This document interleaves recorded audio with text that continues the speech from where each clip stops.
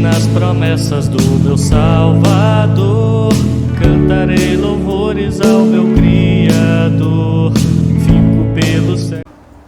Amém? Diz assim então a palavra de Deus, Êxodo capítulo 12. E falou o Senhor a Moisés e a Arão na terra do Egito, dizendo: este mesmo mês vos será o princípio dos meses. Já me perdi, peraí. Este vos será o primeiro dos meses do ano. Falai a toda a congregação de Israel, dizendo: aos 10 deste mês, tome cada um para si um cordeiro, segundo as casas dos pais, um cordeiro para cada família, mas se a família for pequena para um cordeiro, então tome um só com o seu vizinho, perto de sua casa, conforme o número das almas, cada um conforme o seu comer, fareis a conta conforme ao cordeiro. O cordeiro ou cabrito será sem mácula, um macho de 1 ano, o qual tomareis das ovelhas ou das cabras, e guardareis até o 14º dia deste mês, e todo o ajuntamento da congregação de Israel o sacrificará à tarde. E tomarão o sangue e poloão em ambas as ombreiras, e na verga nas portas nas casas em que o comerem. E naquela noite comerão a carne assada no fogo, com pães ázimos, com ervas amargosas a comerão. Não comereis dele cru, nem cozido em água, senão assado no fogo. A sua cabeça com os seus pés e com sua fressura. E nada dele deixareis até amanhã, mas o que nele ficar até amanhã queimareis no fogo.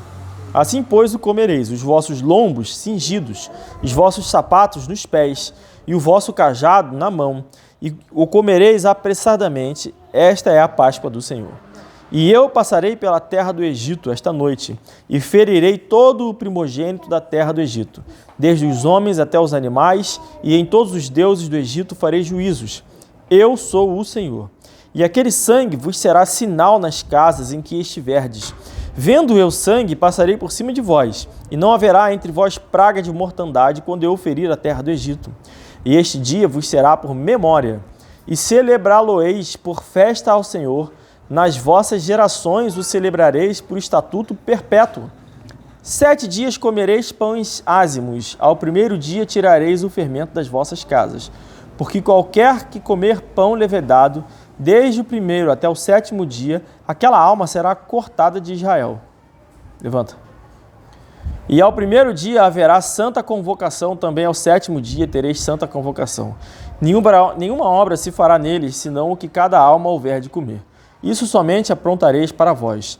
Guardai, pois, a festa dos pães ázimos, porque naquele mesmo dia tirei vossos exércitos da terra do Egito, pelo que guardareis a este dia nas vossas gerações por estatuto perpétuo. Amém? Amém. Só até aqui. O tema da mensagem de hoje é a Páscoa, tá? Vamos entender o que é a Páscoa, qual o propósito da Páscoa, como nós celebramos a Páscoa, tudo que Deus me permitiu trazer, né? Não tudo sobre a Páscoa. Páscoa é domingo que vem. Muito bem. Então, primeira pergunta. O que é a Páscoa? O que é a Páscoa? Vou dar uma resposta bem direta, simples e clara. A Páscoa é uma festividade bíblica. Está aqui. É a festa. É aqui misturada com a festa dos pães ázimos. Tá? Ázimos. Enfim, não sei como fala. Essa festa desses pães aí, sem fermento. Então é isso. A Páscoa é uma festividade. Tem muitas festividades na Bíblia. A Páscoa é uma dessas que Deus colocou para quê? Versículo 14, este dia vos será por memória. Então, para que as festividades, especificamente a festividade da Páscoa, foi instituída por Deus? Para nos servir como memória. Beleza. Para que ela serve, então? Aí vamos lá no capítulo 13. Como é que funciona isso? No capítulo 13, o tempo todo, quando passar por outros versículos, deixa o dedo lá em Êxodo 12 que eu vou ficar voltando, tá? Capítulo 13, versículo 14 e 15. Diz assim, como é que funciona essa questão da memória? Ó. E quando teu filho te perguntar no futuro, dizendo, que é isto? Dir-lhe-ás, o Senhor nos tirou com mão forte do Egito, da casa da servidão. Porque sucedeu que, endurecendo-se Faraó, para não nos deixar ir, o Senhor matou todos os primogênitos na terra do Egito, desde o primogênito do homem até o primogênito dos animais.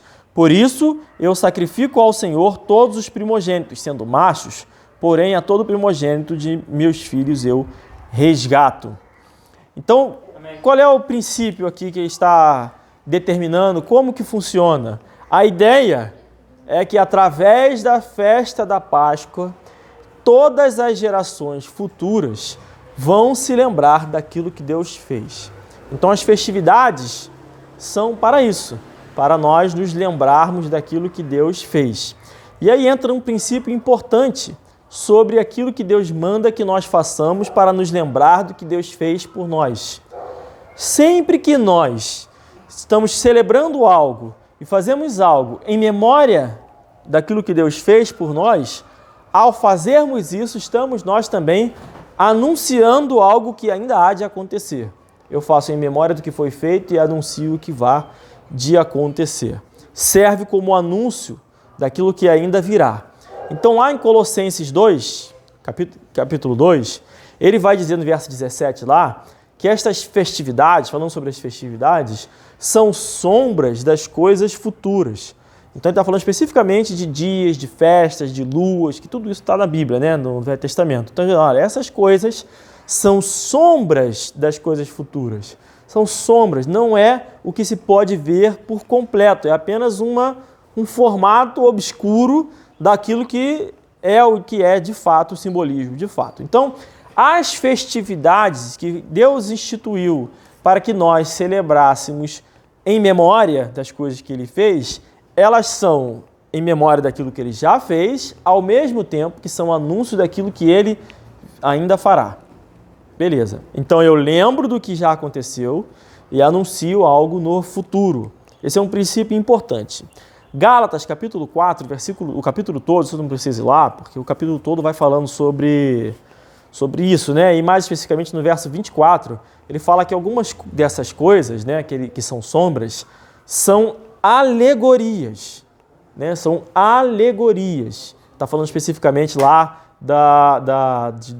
de Abraão, de Isaac, das duas alianças. Então ele está falando assim, olha, essas coisas, personagens reais, coisas literais que aconteceram com pessoas. Abraão literalmente mandou lá a sua serva com seu filho embora. E literalmente ficou com Sara e seu filho. Então, são coisas literais que pessoas literais fizeram para a alegoria daquilo que estava para ver. Então, ele vai dizendo isso, né? Nas coisas celestiais. Então, Moisés, a forma como Moisés interagiu com o faraó, Josué, todos esses personagens, Deus selecionou, por exemplo, quando Elias, né, sente sozinho, não tem ninguém, eu sou o único que sirvo a Deus, estou sozinho, abandonado, Deus fala para ele que haviam 7.000 outros homens que não se curvaram a Baal. Elias foi selecionado para ser colocado na Bíblia como uma alegoria, para a gente aprender com ele. Não só por ele ser alguém especial, mas também para a gente aprender com as coisas que ele fez, os erros que ele cometeu, e assim são todos na Bíblia, tá? Então são alegorias. Isso é um princípio bíblico bem claro no Novo Testamento, livro de Hebreus fala muito sobre isso, capítulo 8, 9, 10, fala sobre as coisas futuras, né? Enfim, e muitos outros lugares. Então vamos entender então as alegorias da festividade da Páscoa, instituídas aqui nesse momento. São alegorias e, portanto, cada um dos elementos tem o seu propósito. O primeiro aspecto, depois eu explico então, são coisas futuras, são símbolos daquilo que seria o entendimento correto. A alegoria seria mais ou menos. Também serve como aviso. Muito bem. Primeiro aspecto que deveria ser lembrado aqui, né, que aconteceu. O que aconteceu aqui nesse momento? Deus está libertando o povo do Egito. Então a Páscoa significa passagem, é o quê? Deus libertou o povo do Egito e o povo vai atravessar, vai embora do Egito. O anjo, nesse momento, vai passar, é a passagem, vai trazer juízo e salvação para alguns. Então, o primeiro aspecto da alegoria é o que é o Egito? O que é o Egito nessa alegoria? Como que o Egito se aplica hoje? Porque nós temos a Páscoa para celebrar. Como que isso funciona hoje? Então, a gente tem que entender que o que estava acontecendo com o povo lá. O Egito fazia o quê com o povo de Israel? Escravizava. Então, o Egito escraviza o povo. É exatamente isso. Hoje, quem é que escraviza o povo? O prefeito. Não. O pecado. Alguém lê lá João 8, 34, por favor. João capítulo 8, versículo 34. Alguém abre lá para a gente ler o que está escrito. Quem é que escraviza o povo hoje? Tá? Quem é que escraviza as pessoas hoje? Respondeu-lhe Jesus: em verdade, vos digo que todo aquele que comete pecado é servo do pecado. Amém. Então, quem comete pecado é servo do pecado. Então, quem é servo tem um senhor sobre si. O Egito é hoje o pecado, tá? É a alegoria do pecado, aquele que escraviza, que coloca, submete, subjuga as pessoas à servidão. E aí eu pergunto, qual é o salário do pecado? A morte. A morte. Muito bem. Então, a Bíblia diz lá em Apocalipse 21 que tem duas mortes. Duas mortes, tá? Uma, que é a segunda morte, é o lago de fogo e enxofre, é perecer no lago de fogo e enxofre. Essa é a morte espiritual. Então, beleza. A primeira morte, todos nós vamos morrer. A segunda morte é passar a eternidade no lago de fogo e enxofre no inferno. Quem está hoje no Egito está então o quê? Pecado. Em pecado. Que mais? Por dedução lógica. A caminho de quê? Do inferno. Quem está no Egito está a caminho do inferno. Quem morre no Egito vai para o inferno. E o Egito é o pecado. O salário do pecado é a morte. Então, o primeiro aspecto da alegoria é o Egito. O Egito, conforme diz o texto, diz ali, né, que é o estatuto perpétuo, que Deus, o Senhor, livrou o povo do Egito. Então, a primeira alegoria é o Egito. Então, estamos sendo livres do pecado, que aqui é representado pelo Egito. Muito bem. E o segundo aspecto? Pergunta aos irmãos, o povo conseguiria sair do Egito sozinho? Não. Tinha força para isso? Não. Tinha condições alguma de fazer isso? Zero. Então, o segundo aspecto da alegoria aqui é que alguém precisava libertar o povo. Deus. Exatamente. Deus. Existe uma certa pessoa que diz, foi Moisés que libertou. Não. Moisés foi o instrumento pelo qual Deus libertou o povo. Então, qual é essa alegoria? Como é que funciona isso? Nós conseguimos nos libertar do Egito hoje, do pecado? Não. Por conta própria? Não. Sozinho eu consigo me libertar do pecado? Não. Não consigo. Se depender de mim, o que vai acontecer comigo? Morrer no inferno. Para o inferno. Capítulo 13, aí você está lá em Êxodo, né? Capítulo 13, verso 3. Diz assim, ó. E Moisés disse ao povo, lembrai-vos deste mesmo dia em que saíste do Egito, do pecado, da casa da servidão. Nós sabemos que o pecado, né, nos coloca em servidão, né, acabamos de ler. Pois com mão forte, quem livrou? Quem tirou? Deus. O Senhor vos tirou daqui. Portanto, não comereis pão levedado. O pão levedado representa o pecado também, tá? O pão sem fermento, que é sem pecado. Pão é verdade com fermento. Não, é sem fermento. Com fermento, perdão. Muito bem. Então, Deus libertou com mão forte. Beleza. Qual é a alegoria disso? Não é muito difícil de entender, né? Quem é o nosso libertador? Deus. Beleza. Como? João 8, você estava lá no João 8, 34, leu 36 agora aí, quem abriu? Já fechou? Abre de novo lá, João 8, 36.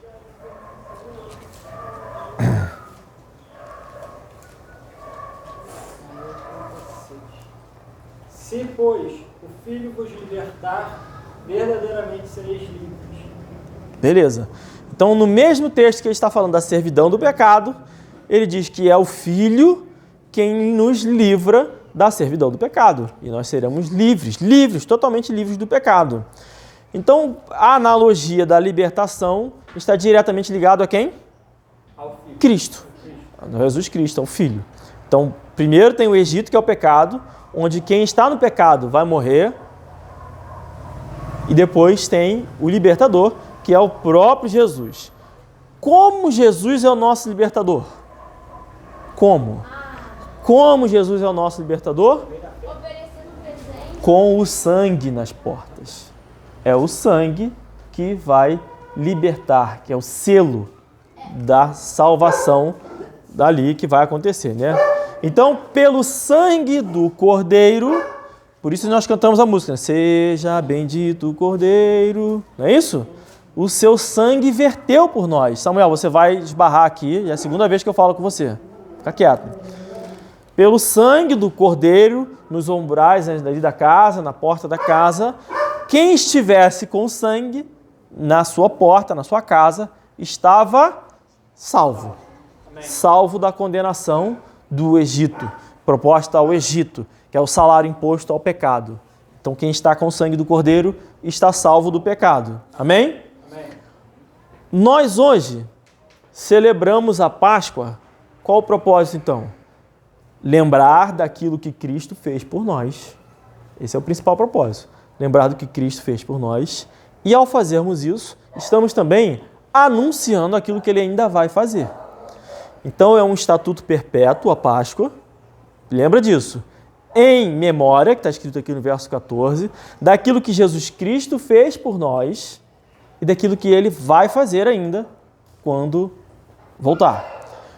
Então, por isso, nós fazemos os nossos memoriais de celebração à Páscoa até que Ele venha. É um estatuto perpétuo. E o terceiro aspecto, que é o mais importante, é o da salvação em si mesmo, né? Jesus Cristo é o nosso libertador, está falando da salvação, libertação do pecado. E aí vamos entender um pouco esse aspecto. O que as casas têm o sangue, né? É uma alegoria, tudo é uma alegoria. Aconteceu de fato, literalmente, tinha o sangue na casa, o anjo passou, Deus passou, morreram os primogênitos de alguns, não morreram de outros. O que a casa que tem o sangue representa? Renato não pode falar porque eu falei isso mais cedo. Quem sabe? Quem sabe? Resposta aqui. O que a casa representa? Falou, é o indivíduo.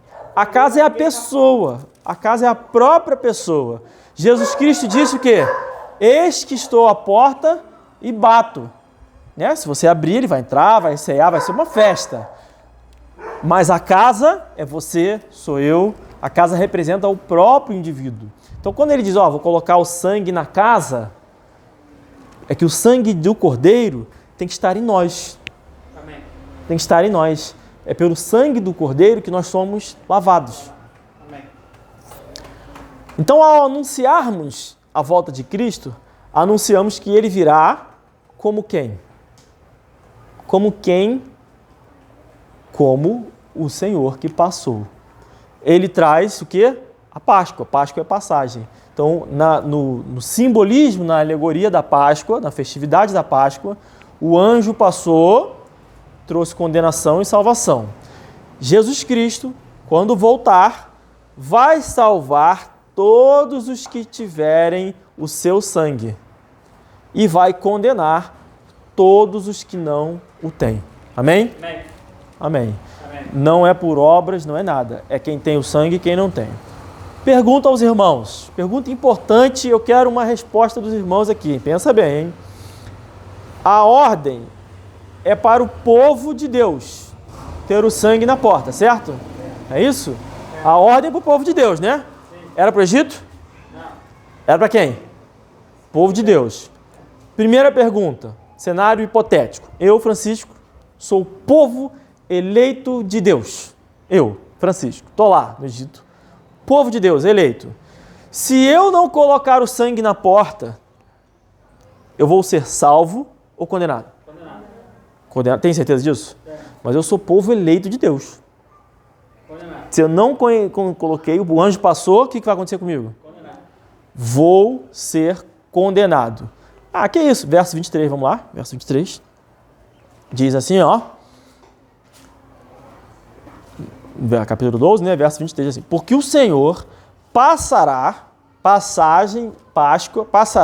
para ferir aos egípcios, porém, quando vir o sangue na verga da porta e em ambas as ombreiras, o Senhor passará aquela porta e não deixará o destruidor entrar em vossas casas para vos ferir.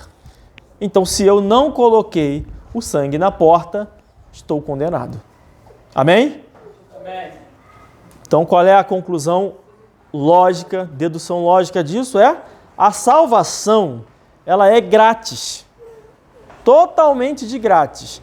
Mas se eu não aceitar o sangue do Cordeiro sobre mim, eu vou para o inferno. Amém. Não importa quão eleito eu acho que sou. Por mais eleito que eu acho que seja, por mais não meu pai, minha mãe, meu povo, não me interessa. Eu preciso do sangue do Cordeiro sobre mim. Eu preciso aceitar isso. Amém. Isso me leva à segunda pergunta, que é a mais importante aqui que eu falei que ia querer aqui dos irmãos. Agora eu não sou mais povo eleito de Deus, eu sou um egípcio. Eu sou um egípcio, estou lá no Egito. Aí eu estou vendo aquele movimento, vamos imaginar aqui, estou vendo churrasquinho de cordeiro, aquele cheiro, fumaça lá e tal. Não podia ser crua nem cozida, então era churrasco mesmo, irmão. Né? Aquele fogo, fumaceira lá, aquele cheiro. Eu estou olhando, estou vendo aquele pessoal comendo, tal. Eu estou vendo lá as pragas, tudo já, o Egito destruído. Pô, tem alguma coisa acontecendo. Aí eu estou vendo lá, o pessoal pega lá o sangue, pintando a porta. Eu falo, quer saber? Vou pintar minha porta também. Os caras estão aí, sei lá, eu pelo sim, pelo não, vou pegar. Aí, pô, posso? Aí pintei minha porta. Peguei o sangue do cordeiro dele lá, pintei minha porta. E aí? Quando vier o anjo...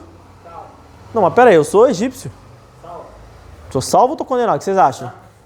Salvo? Salvo? Salvo ou não salvo? Verso 37, 38, diz assim, ó. Porque essas afirmações a gente tem que ter respaldo bíblico, né?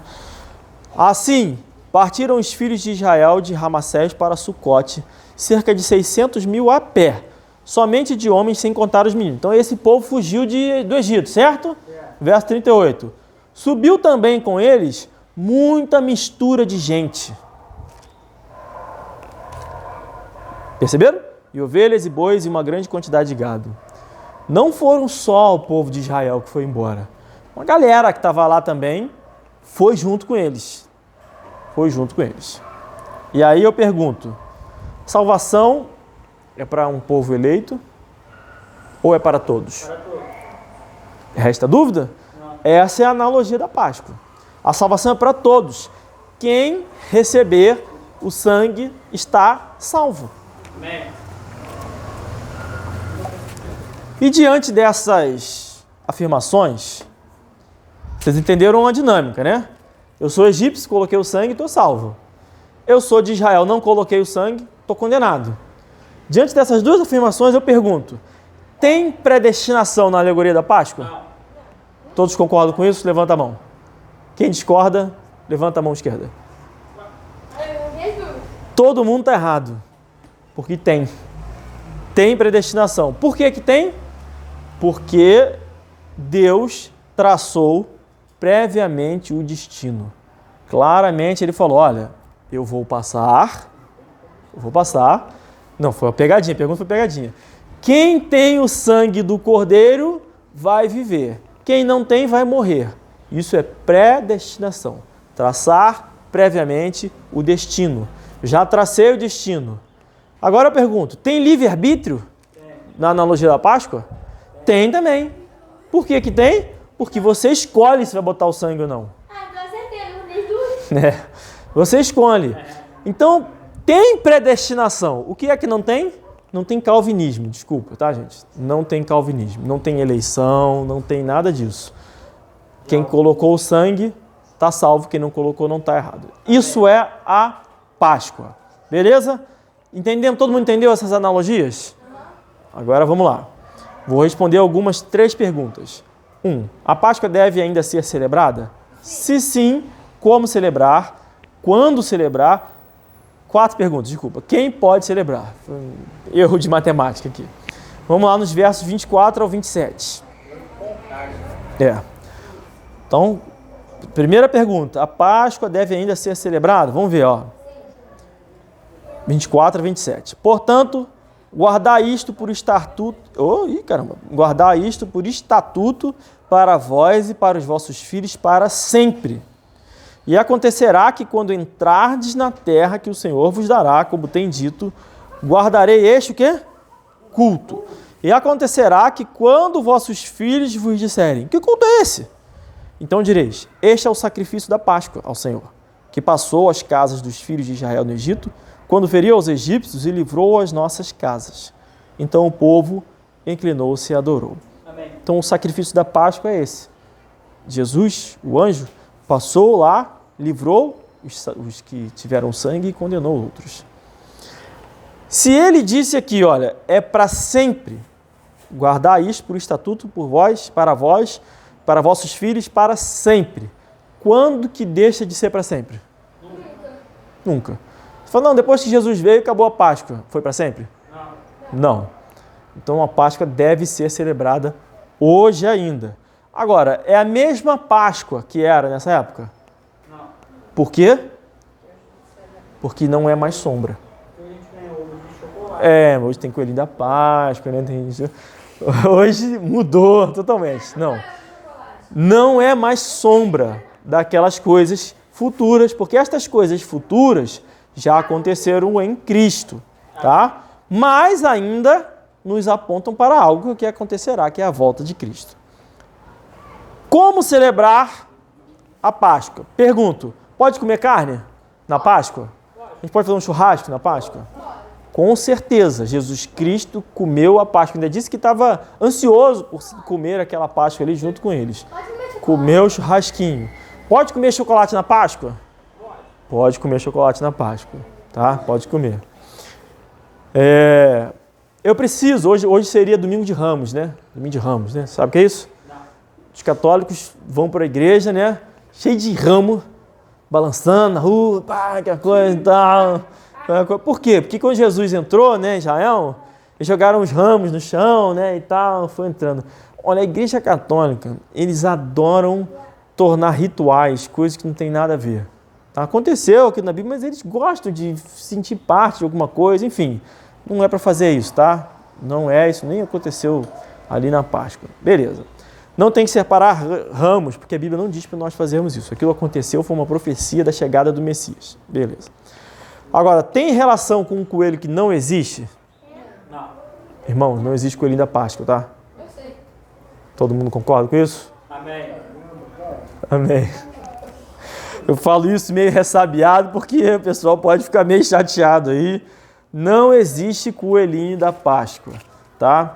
As pegadinhas que o pessoal faz e tal, você foi enganado. E eu também. Beleza. Quando eu era criança, né, meu pai me cortou minha criança muito rápido, graças a Deus. Beleza. Então nós acabamos de ler que a Páscoa, ela é o quê? Deixa eu ler aqui de novo. Perguntaram, né? Acontecerá quando os vossos filhos vos disseram, que culto é este? Então como é celebrada a Páscoa, irmãos? Em um culto, como esse aqui. A Páscoa é celebrado em um culto. Lembra disso? É um culto. 2, a Páscoa é um memorial. Vamos acompanhando o raciocínio aqui. Memorial. Se nela nós lembramos do que Cristo fez, presta atenção, um memorial para lembrar do que Cristo fez, e se nós, através desse memorial, anunciamos o que Ele ainda vai fazer até que Ele venha, se na Páscoa tem o corpo do Cordeiro, que é sacrificado, nós sabemos que Jesus Cristo é o Cordeiro, né, simbolizando o próprio Cristo. Se na Páscoa tem o sangue do Cordeiro, não é isso? Simbolizando o sangue do próprio Cristo. Aonde está a Páscoa hoje? Onde é celebrada a Páscoa hoje, irmãos? Na ceia? Na ceia todos concordam?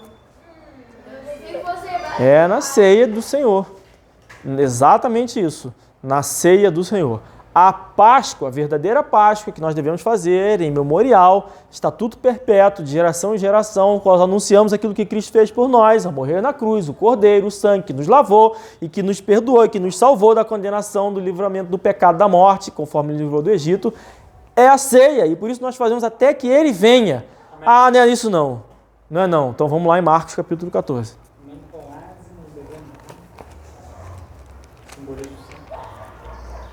Falei Mateus 14? Marcos 14. Tá certo. Marcos 14. Aí eu vou ler o verso 1 primeiro, só para a gente entender. Os irmãos chegarem, digam amém. Amém. Verso 1 de Marcos, capítulo 14, diz assim: E dali a 2 dias era a Páscoa e a festa dos pães ázimos, e os principais sacerdotes e os escribas buscavam como o prenderiam com dolo e o matariam. Então nós estamos entendendo aqui que estamos na Páscoa, certo?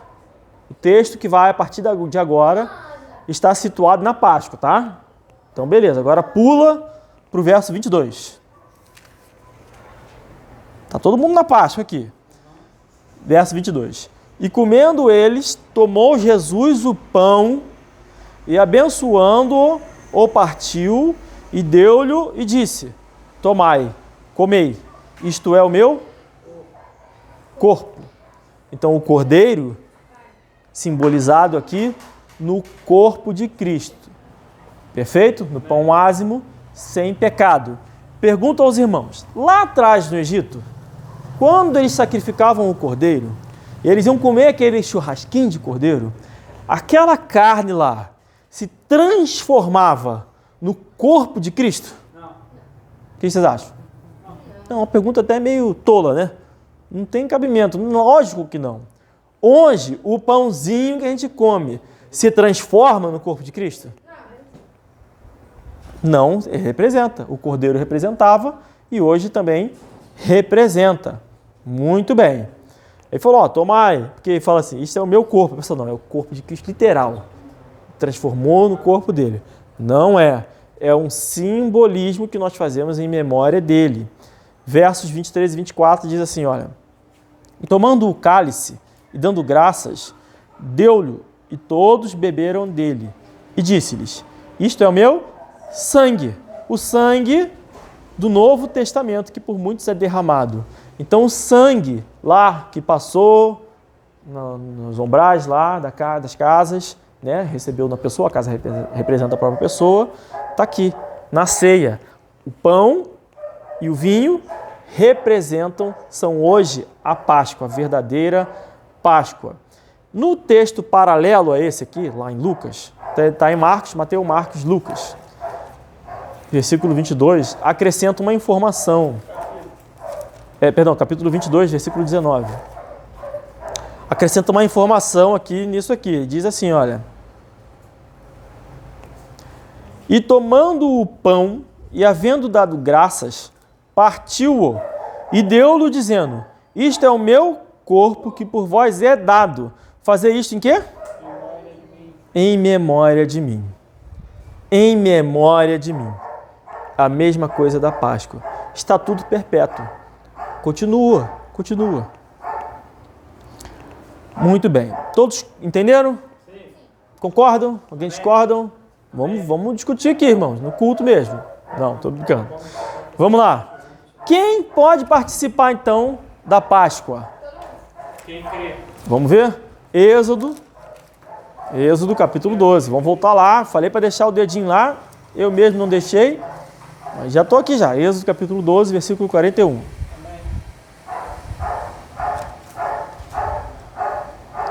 Então, quem pode participar da Páscoa?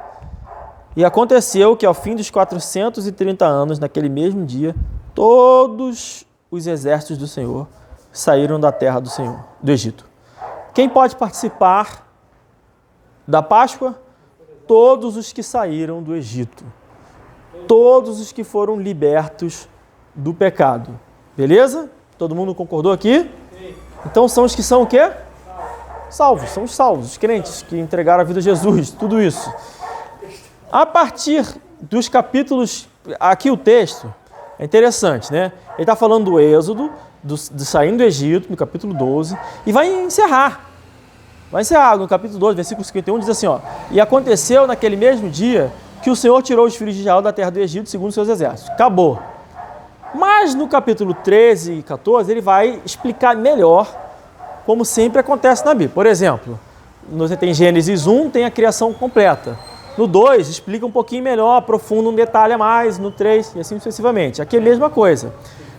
Você tem, saíram do Egito, e agora no capítulo 13 e 14 vai dizer como foi isso.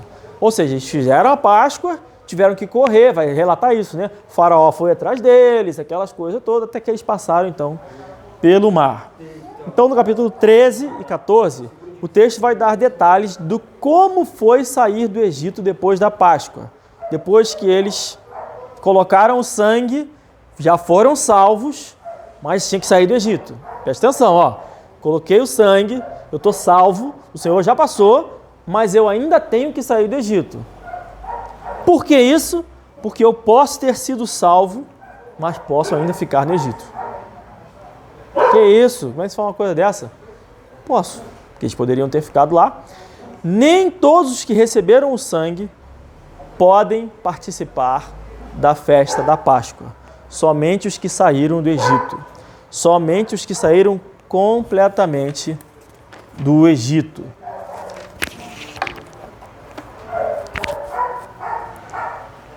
Então, como é que funciona isso? Os capítulos 13 e 14 mostram a primeira batalha espiritual do crente. Primeira batalha espiritual do crente. Que é o quê? Eu entreguei a vida a Jesus, eu confessei, eu estou salvo. Qual é a minha primeira batalha espiritual? Quem sabe? Ninguém? Aceitei a Jesus, estou salvo, confessei, estou salvo. É o batismo. A primeira é uma batalha. Primeira batalha espiritual do crente é atravessar o mar. É a primeira coisa que tem que ser. Vamos ver? Faraó foi atrás deles e o povo paralisou de medo, completamente. Aí no versículo 14, 15, no capítulo 14, versículo 15, vai dizer o seguinte, ó. Então disse o Senhor a Moisés: por que clamas a mim? Diz aos filhos de Israel que marchem. Então tem que prosseguir, tem que levar adiante. A primeira coisa, não adianta parar, orar, pedir orientação, é para marchar. Todo crente que aceita Jesus caminha no deserto com o Egito inteirinho atrás, tentando impedir a pessoa de atravessar o mar. É essa a analogia. Só quem atravessa pode participar da Páscoa. Pergunto, o que significa atravessar o mar? Vamos ler a narrativa da travessia, que está lá no capítulo 14, versículo 21. O que significa atravessar o mar? Na Páscoa, no contexto da Páscoa. Diz assim, olha: então Moisés estendeu a sua mão sobre o mar, e o Senhor fez retirar o mar por um forte vento oriental toda aquela noite. E o mar tornou-se em seco, e as águas foram partidas. E os filhos de Israel entraram no meio do mar em seco, e as águas foram-lhes como um muro à sua direita e à sua esquerda. E os egípcios o seguiram, e entraram atrás deles todos os cavalos de Faraó, e os seus carros, e os seus cavaleiros, até o meio do mar. E aconteceu que na vigília daquela manhã, o Senhor, na coluna de fogo e da nuvem, viu o campo dos egípcios e alvoroçou o campo dos egípcios. E tirou-lhes as rodas dos seus carros e dificultosamente os governavam. Então disseram os egípcios: fujamos da face de Israel, porque o Senhor por eles peleja contra os egípcios. E disse o Senhor a Moisés: estende a tua mão sobre o mar, para que as águas se tornem sobre os egípcios, e sobre os seus carros, e sobre os seus cavaleiros. Então Moisés estendeu a sua mão sobre o mar, e o mar retornou à sua força ao amanhecer, e os egípcios, ao fugirem, foram ao encontro dele. E o Senhor derrubou os egípcios no meio do mar, porque as águas, tornando, cobriram os carros e os cavaleiros de todo o exército de Faraó, que os haviam seguido no mar. Nenhum deles ficou, e os filhos de Israel foram pelo meio do mar seco, e as águas foram-lhe como muro à sua direita e à sua esquerda. Assim o Senhor salvou Israel naquele dia da mão dos egípcios. E Israel viu os egípcios mortos na praia do mar. E viu Israel a grande mão que o Senhor mostrara aos egípcios, e temeu o povo ao Senhor, e creu no Senhor Jesus, Senhor, e em Moisés, seu servo. Amém? Amém. Confusão. Estão perseguindo lá o povo, chega lá, eles ficam com medo, eles estão falando: Senhor, poxa, por que você não trouxe aqui? A gente vai morrer aqui e tal. E Deus falou: olha, porque vocês estão orando. Marcha, vai, continua, faz o que tem que fazer. Vão atravessar o mar. Estende a sua mão, Moisés. Moisés estende a mão, Moisés atravessa o mar. E aí, uma vez a pessoa falou assim: é porque na verdade a água era bem baixinha, né? Batia no tornozelo. Aí o milagre é maior ainda. porque teve que afogar todo mundo depois, né? Os exércitos inteirinhos do Egito, lá, com a água no mar, né? Então teve que ficar empurrando a cabeça das pessoas na água, enfim.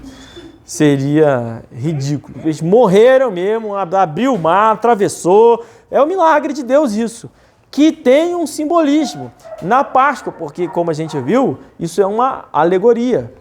E onde está a explicação dessa alegoria? Tem que estar na Bíblia. Não pode estar na minha cabeça. 1 Coríntios capítulo 10.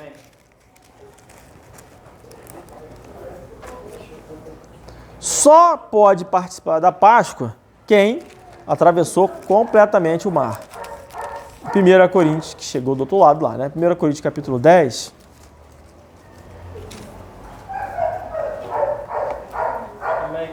Vou esperar todo mundo chegar lá. 1 Coríntios. Capítulo 10, vou ler o versículo 1 mesmo, né? Capítulo 10, versículo 1 diz assim: Ora, irmãos, não quero que ignoreis que nossos pais estiveram debaixo da nuvem e todos passaram pelo mar. E todos foram o quê? Batizados em Moisés na nuvem e no mar. Qual é o simbolismo da travessia com a nuvem por cima, eles no fundo, o mar em cada lado? É o batismo. Bem claro aqui. Alguém tem dúvida de que isso simboliza o batismo? Está claro, explícito, bem claramente. Então, para participar corretamente da Páscoa, é preciso ser salvo e é preciso ser batizado. Os irmãos sabem o que significa os corpos mortos dos egípcios, que eles viram? É o simbolismo dos nossos pecados. Acabou. Eu peco ainda? Peco. Mas eu tenho pecado sobre mim? Não, eu estou totalmente... O Noézinho falou que sim. Eu estou totalmente livre dos meus pecados. Tá? Então, alguém lê aí Colossenses capítulo 2, versículo 12? Enquanto eu vou continuar falando aqui. Isso, capítulo 2, versículo 12. Então, o batismo, ele simboliza a morte dos nossos pecados, não é isso que o texto diz, né? Que fomos enterrados com Cristo e tal. Achou aí? Colossenses? Pode ler. Sepultados com ele no batismo, nele também ressuscitastes pela fé no poder de Deus, que o ressuscitou dentre os mortos. Amém. Então, o batismo, ele também simboliza algo. O sepultamento, eu morri e ressuscitei. Ele simboliza isso. Então, a ideia é simbolizar que os meus pecados todos foram mortos, foram cobertos, foram lavados pelo sangue do Cordeiro. O povo, e aí para você ser batizado, tem que ser da forma correta. Então, por exemplo, o povo não atravessou o mar em um barco. Não foi em barco. Não deu a volta no mar. E não nadou por cima, não foi nadando. Não teve nenhum outro jeito. O jeito era entrar no meio do mar. O povo desceu a uma profundeza suficiente para afogar um exército inteiro, com cavalos, carros e tudo mais. Não foi um rasinho. Eles foram lá no fundão mesmo. Amém. Não adiantaria Moisés, por exemplo, imagina o cenário. Olha, vocês vão ter que simbolizar o batismo. Moisés vai lá, porque eu vou simbolizar o batismo, porque eu vou simbolizar que vai morrer o pecado agora. Aí Moisés, tá bom, senhor. Pega um balde d'água, enche o balde, vai lá no faraó e pá, na cara dele. O que vai acontecer com Moisés? O faraó vai matar ele. Não, mas ele tem uma ideia melhor ainda. Ele trouxe o balde, assim, né? Trouxe o balde, aí pegou assim, aí jogou, assim. Nem jogou o balde inteiro, jogou. Não, matou o faraó? Borrifou nele. Eu vou só aspergir, eu vou pegar e vou aspergir. Igual lá os padres fazem, né? Vem com a água assim e joga no povo. Já viram isso? Já, então. Vou só aspergir. Vai matar os pecados ali? Não. Vai simbolizar? Não. Eles tinham que morrer. Porque eles representam o pecado. Eles tinham que morrer. Porque o salário do pecado é a morte. Ponto final, não teve jeito. Então, não dava para aspergir, não dava para fazer uma baldada d'água, não dava para jogar uma mangueira, não dava para fazer nada. Tinha que afogar o pecado. Então não é à toa que batismo significa mergulho. Quem está salvo e venceu a luta para se batizar, pode e deve participar da Páscoa. Da Páscoa. E a Páscoa a gente já sabe que é o quê? Ceia. A ceia. A ceia. No próximo domingo, nós vamos ter 3 batismos, graças a Deus. Amém. E para minha alegria, né? Samuel, meu filho, vai se batizar, né? Amém. Logo depois, no domingo de Páscoa, nós vamos celebrar a ceia. Na Páscoa. Olha que lindo, legal, né? Batismo, Páscoa, tudo junto ali. Amém. Não foi planejado, mas deu certo. Detalhe número 1. Acrescentar aqui no finalzinho já aqui, ó. Detalhe número 1. 2 detalhes. 1. Somente, vamos voltar lá em Êxodo 12. Êxodo 12. Não tem problema não, eu volto aqui. Êxodo capítulo 12, versículo 43 diz assim, ó. Disse mais o Senhor a Moisés e a Arão: esta é a ordenança da Páscoa. Nenhum filho do estrangeiro comerá dela. Somente a igreja local. Né? Versículo 47 diz: toda a congregação de Israel fará. É só para quem está ali. Não quer dizer que o estrangeiro ali não possa vir a ser salvo. Ao contrário, tem até a orientação de que ele faça parte do povo, enfim. Quer dizer que você não sabe. Então vai participar aqueles que são da congregação de Israel. Detalhe número 2. Que eu já falei, o pão não se transforma no corpo de Cristo. Está errado, assim como o cordeiro da Páscoa também não. Então a Páscoa é um memorial daquilo que Deus fez pelo povo, que hoje está representado na ceia do Senhor. Amém? Amém. É isso. Essa é a nossa mensagem da Páscoa. Buscar riquezas, acumular posses, também é desperdício da vida.